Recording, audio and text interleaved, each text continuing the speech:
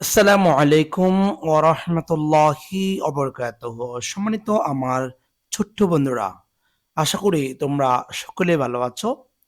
আমি জানি যে আজকে ২০২৬ সালের জানুয়ারি মাসের ১ তারিখ অর্থাৎ বছরের প্রথম দিন। আমি জানি তোমরা আজকে সবাই স্কুল থেকে নতুন শিক্ষাবর্ষের ইংরেজি বই সংগ্রহ করেছ। আমি কিন্তু এর আগে ৩টি ক্লাস আপলোড করেছি। আজকে আমরা তোমাদের ৪র্থ শ্রেণীর ৪ নাম্বার ক্লাস নিয়ে হাজির হয়েছে। ক্লাসটি তোমাদের ইংরেজি বইয়ের ইউনিট 2 এবং হ্যাভ আ গ্রেট ডে থেকে নেওয়া।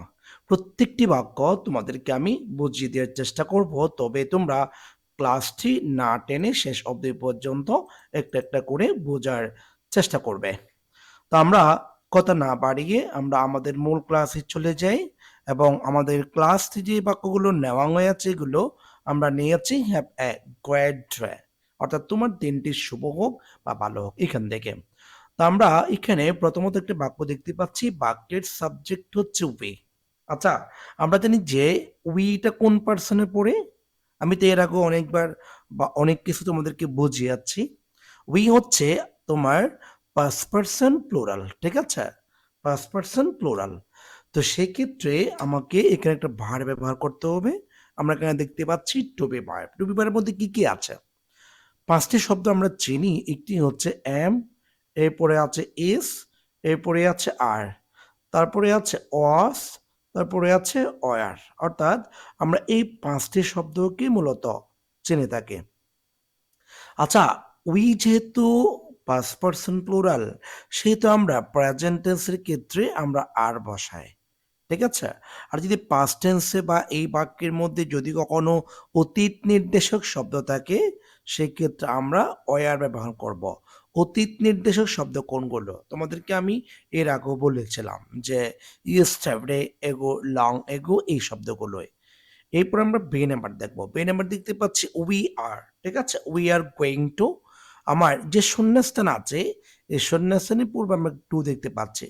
টু একটা প্রিপোজিশন, তবে সকল প্রিপোজিশনের পর যদি কখনো কোনো একটা ভার্ব বসাতে হয়, সেটার সাথে আইএনজি যোগ করতে হবে। কিন্তু টু থাকলে এরপরে ভার্বের বেস ফর্ম হয়, অর্থাৎ ভার্বের প্রেজেন্ট ফর্ম হয়। তার মানে এখানে যেটা সিং আছে, ওই সিংটাই আমরা বসিয়ে দেব কোনো পরিবর্তন ছাড়া। কেননা ওই যে টো আছে, টো হচ্ছে একটি প্রিপোজিশন। কিন্তু টো প্রিপোজিশন হলেই এতে ব্যতিক্রম। এরপরে ভার্বের সাথে আইএনজি হবে না বা ভার্বের প্রেজেন্ট ফর্ম হবে। এরপর আমরা সি নাম্বার দেখব।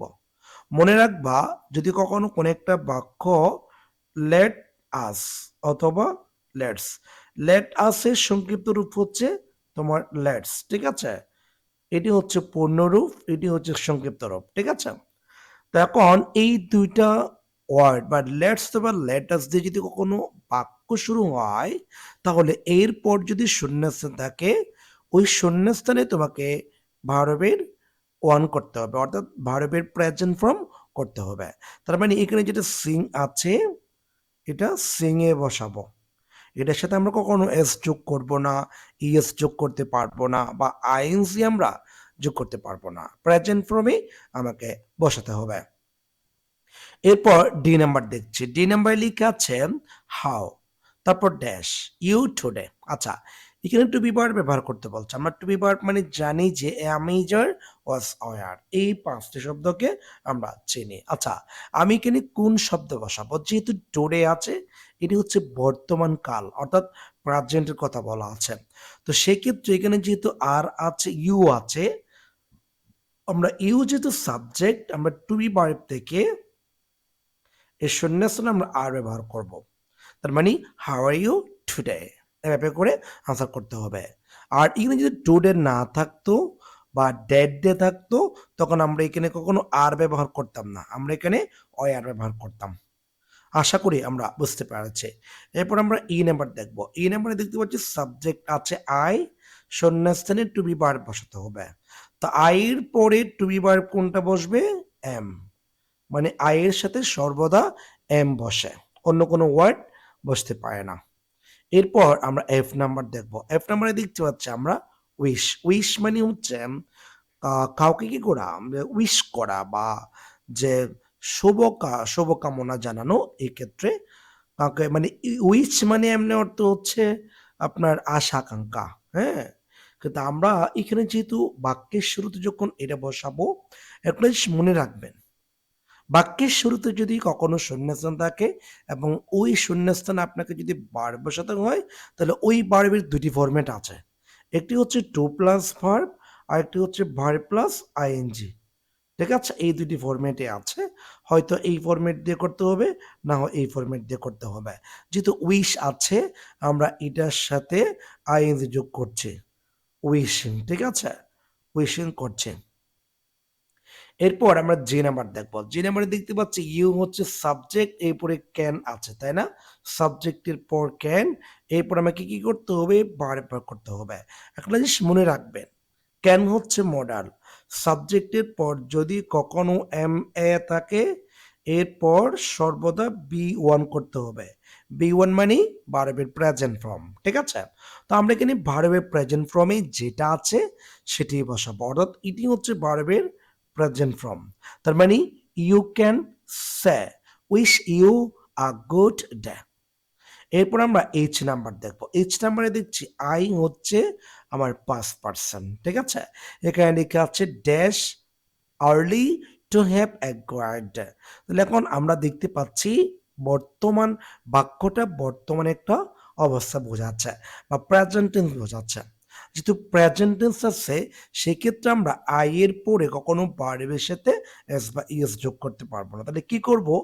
যেমন এখানে যে শব্দটা আছে আমরা সেই শব্দটাই বসাই দেব ওয়াক, বা এই শব্দের সাথে আমরা কখনো এস বা ইএস যোগ করতে পারবো না, কেননা আমার সাবজেক্টটি হচ্ছে পাস্ট পারসন, এই জন্য। এরপর আমরা আই নাম্বার দেখবো। আই নাম্বারে আমরা দেখতে পাচ্ছি এখানে দ্য সান আছে। দ্য সান হচ্ছে সূর্য, ঠিক আছে? আর এটি কিন্তু অবশ্যই থার্ড পারসন সিঙ্গুলার। যেহেতু সূর্যের কথা আছে সেক্ষেত্রে আমরা এখানে যেটা শাইন আছে এই শাইনটার সাথে আমরা কি যোগ করব? একটি এস যোগ করব, ঠিক আছে? শাইন্স করব আমরা, অর্থাৎ ইএস এখানে কি আছে? এন ই এস, একটা এস যোগ করব। কেননা সাবজেক্টটি থার্ড পারসন সিঙ্গুলার, এই জন্য। সাবজেক্ট যেহেতু থার্ড পারসন সিঙ্গুলার, তাহলে মূল ভার্বের শেষে আমাকে এস বা ইএস যোগ করতে হয়। আশা করি আমরা বুঝতে পেরেছি। তাহলে আমরা আজকের ক্লাসটি এখানে শেষ করছি। আজকে ৯ টি বাক্য দিয়েছি আমি। ১০ টি বাক্য বা আমরা চাইলে এখানে আরেকটি বাক্য যোগ করে দিতে পারি। আমি চেষ্টা করছিলাম প্রতিটি ক্লাসের মধ্যে ১০ টি করে বাক্য রেডি করব। যেমন আমি যদি বলতে পারি এখানে উই ড্যাশ, ঠিক আছে? টু ঢাকা, একটা বাক্য দিচ্ছি এখানে যোগ করে দিচ্ছি। To Dhaka with my father, ঠিক আছে? উইথ মাই ফাদার, যে আমি এখানে একটা বাক্য দিলাম। বা এখানে আমি একটা শব্দ দিচ্ছি গো। আচ্ছা বললেন তো এখানে সাবজেক্ট যেহেতু প্লুরাল, অর্থাৎ পাস্ট পারসন প্লুরাল, সেহেতু এখানে গোর যেটা আছে এই গোটায় বসাবো, বা এর সাথে কখনো এস বা ইএস যোগ হবে না। আশা করি আমরা বুঝতে পেরেছি। আমি চেষ্টা করছি আপনাদের প্রত্যেকটি ক্লাসে ১০ টি করে বাক্য যোগ করব। সেজন্য একটা বাক্য হচ্ছে ম্যাচিং এর কারণে আসে নাই, তার জন্য দুঃখিত। আমি একটা বাক্য যোগ করে দিলাম। আশা করি ক্লাসটা আপনারা ভালো করে বুঝতে পারছেন। তো আজকের ক্লাসটা এখানে শেষ করব। সবাই ভালো থাকবেন, সুস্থ থাকবেন। আসসালামু আলাইকুম ওয়া রাহমাতুল্লাহ।